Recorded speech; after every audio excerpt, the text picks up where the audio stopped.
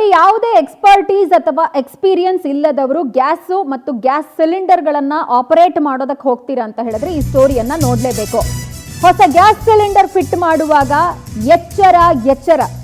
ಒಂದು ಮನೆಯಲ್ಲಿ ಇಂಥದ್ದೇ ಸಿಲಿಂಡರ್ ಫಿಟ್ ಮಾಡೋದಕ್ಕೆ ಹೋಗಿ ಬ್ಲಾಸ್ಟ್ ಸಂಭವಿಸಿದೆ. 7 ಜನರಿಗೆ ಗಂಭೀರ ಗಾಯ ಆಗಿರೋದು. ಕೊಪ್ಪಳ ಜಿಲ್ಲೆ ಗಂಗಾವತಿಯ ಹೆಬ್ಬಾಳ ಗ್ರಾಮದಲ್ಲಿ ಸಂಭವಿಸಿರೋ ಅವಘಡದ ಡೀಟೇಲ್ಸ್. ಹೊಸ ಗ್ಯಾಸ್ ಸಿಲಿಂಡರ್ ಅಳವಡಿಸುವ ಸಂದರ್ಭ ಸ್ಫೋಟ ಆಗಿದೆ. ಸಿಲಿಂಡರ್ ಬ್ಲಾಸ್ಟ್ ಆದ ರಭಸಕ್ಕೆ ಇಡೀ ಮನೆನೇ ಫುಲ್ ಛಿದ್ರವಾಗಿದೆ ಅಂತ ಗೊತ್ತಾಗ್ತಾ ಇದೆ. ಗಂಗಾವತಿ ಸಾರ್ವಜನಿಕ ಆಸ್ಪತ್ರೆಯಲ್ಲಿ ಆ 7 ಜನ ಗಾಯಾಳುಗಳಿಗೆ ಚಿಕಿತ್ಸೆಯನ್ನ ಕೊಡಿಸಲಾಗ್ತಾ ಇದೆ. ಸದ್ಯ ಗಾಯಾಳುಗಳ ಪರಿಸ್ಥಿತಿಯನ್ನ ಕಂಡು ಆ ಕುಟುಂಬಸ್ಥರೆಲ್ಲ ಕಣ್ಣೀರು ಹಾಕ್ತಿರುವಂಥದ್ದು ಕಂಡು ಬರ್ತಾ ಇದೆ.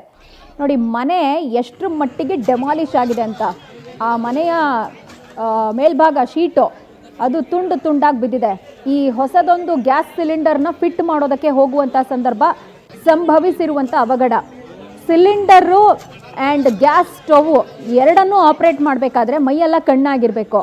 ಅಡುಗೆ ಮಾಡುವಾಗ ಸಿಲಿಂಡ್ರು ಆನ್ ಮಾಡೋದಾಗಿರ್ಬೋದು, ಆ್ಯಂಡ್ ಒಲೆ ಹತ್ತಿಸೋದು, ಅದರ ಜೊತೆಗೆ ಅಡುಗೆ ಆದಮೇಲೆ ಸಿಲಿಂಡರ್ ಆಫ್ ಮಾಡೋದು, ಇದೆಲ್ಲವೂ ಕೂಡ ಭಾಳ ಇಂಪಾರ್ಟೆಂಟ್ ರೋಲು.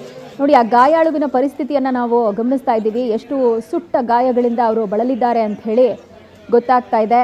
ಸದ್ಯ ಆ ಗಾಯಾಳುಗಳಿಗೆ ಆಸ್ಪತ್ರೆಯಲ್ಲಿ ಚಿಕಿತ್ಸೆಯನ್ನು ಕೊಡಿಸಲಾಗ್ತಿರೋದು. ಸಿಲಿಂಡರ್ನ ವಿಚಾರಕ್ಕೆ ಸಂಬಂಧಪಟ್ಟಂತೆ ಎಷ್ಟೇ ಎಚ್ಚರಿಕೆಯನ್ನು ವಹಿಸಿದ್ರೂ ಕೂಡ ಸಾಕಾಗೋದಿಲ್ಲ. ಪದೇ ಇಂತಹ ಘಟನೆಗಳು ಮರುಕಳಿಸುತ್ತೆ.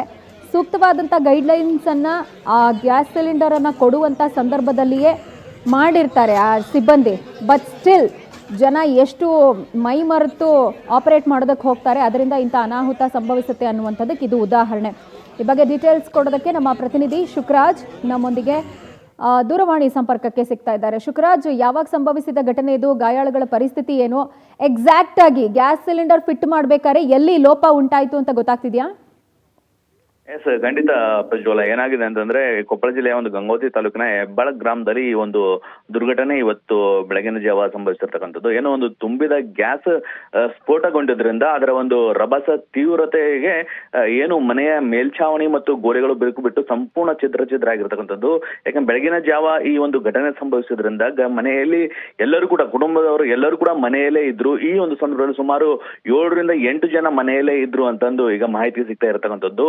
ಇನ್ನು ಏನು ಗ್ಯಾಸ್ ಆಪರೇಟ್ ಮಾಡುವಂತ ಸಂದರ್ಭದಲ್ಲಿ ಅಡುಗೆ ಕೋಣೆಯಲ್ಲಿ 3 ಜನ ಇದ್ರು. ಅವ್ರಿಗೂ ತುಂಬಾ ಗಂಭೀರ ಗಾಯಗಳಾಗಿದೆ. ಇನ್ನು ಇನ್ನೊಂದು ರೂಮ್ ನಲ್ಲಿ ಸುಮಾರು 4 ಜನ ಇರ್ತಕ್ಕಂಥದ್ದು. ಅವ್ರಿಗೂ ಕೂಡ ಗಂಭೀರ ಗಾಯಗಳಾಗಿರ್ತಕ್ಕಂಥದ್ದು. ಒಟ್ಟು 7 ಜನನು ಕೂಡ ಈಗ ಗಂಗಾವತಿ ತಾಲೂಕಾ ಸಾರ್ವಜನಿಕ ಆಸ್ಪತ್ರೆಗೆ ಈಗ ತುರ್ತು ಚಿಕಿತ್ಸೆಗಾಗಿ ರವಾನಿಸಲಾಗಿರುತ್ತದೆ. ಏನು ಈ ಒಂದು ಗ್ಯಾಸ್ ಆಗಂತ ಸಂದರ್ಭದಲ್ಲಿ ಏನು ನಿನ್ನೆನೆ ಈ ಒಂದು ತುಂಬಿದ ಒಂದು ಗ್ಯಾಸ್ ಕೂಡ ಅವರು ಮನೆಗೆ ಬಂದಿರುತ್ತೆ ಅನ್ನೋ ಒಂದು ಮಾಹಿತಿ ಕೂಡ ಲಭಿಸಿರ್ತಕ್ಕಂಥದ್ದು. ಇವತ್ತು ಬೆಳಗ್ಗೆ ಆ ಒಂದು ಗ್ಯಾಸ್ ಆಗಿರ್ತಕ್ಕಂಥ ಸಂದರ್ಭದಲ್ಲಿ ಆ ಒಂದು ಹಳೆಯ ಗ್ಯಾಸ್ ಅನ್ನು ತೆಗೆದು ಹೊಸ ಗ್ಯಾಸ್ಗೆ ಏನು ಫಿಟ್ ಮಾಡ್ಬೇಕಂತ ಒಂದು ಸಂದರ್ಭದಲ್ಲಿ ಈ ಒಂದು ಘಟನೆ ಸಂಭವಿಸಿರ್ತಕ್ಕಂಥದ್ದು.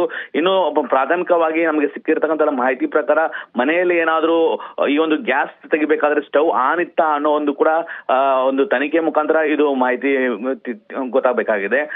ಏನು ಸ್ಥಳೀಯರು ಅಲ್ಲಿ ನೋಡಿರೋ ಪ್ರಕಾರ ಈ ಒಂದು ಘಟನೆ ಸಂಭವಿಸಿದಾಗ ಅಥವಾ ಸುತ್ತಮುತ್ತಲಿನ ಒಂದಿಷ್ಟು ಮನೆಗಳಿಗೂ ಕೂಡ ಇದರ ಒಂದು ಪ್ರಭಾವ ಬೀರಿದಂತೆ ಅವರ ಮನೆ ಗೋಡೆಗಳು ಕೂಡ ಬಿರುಕಾಗಿರ್ತಕ್ಕಂಥದ್ದು.